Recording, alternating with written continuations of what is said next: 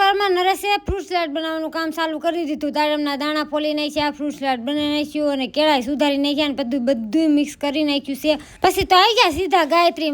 મારે સસમા લેવાની હતી. પતંગ સગવી સસમા વગરની મજા ન આવે.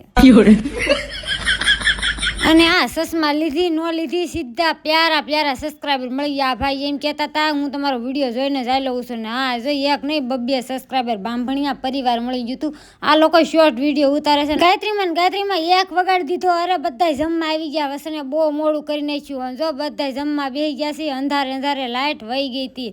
હું વંદુ વાહે રીતું જમવા બેસી ગયા. જો નરેશ હંધાઈની પેલા બેઠા હતા ને હંધાઈની વાહે અરે બહુ વાર લાગે ખાતા.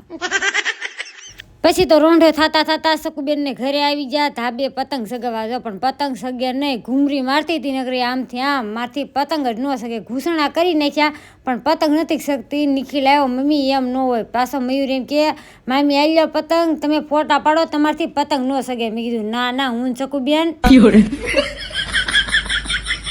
પછી તો નરેશ કે ફિરકી ઝાલી રાખ તારે અજમો લાંત ખાવી હું પતંગ સગું તારે ફિરકી ઝાલવાની. પછી જો અમે અમારા ધાબી આવી ગયા. ફટાકડા ફૂટતા હતા જોવા. અરે જોરદાર નજારો હતો.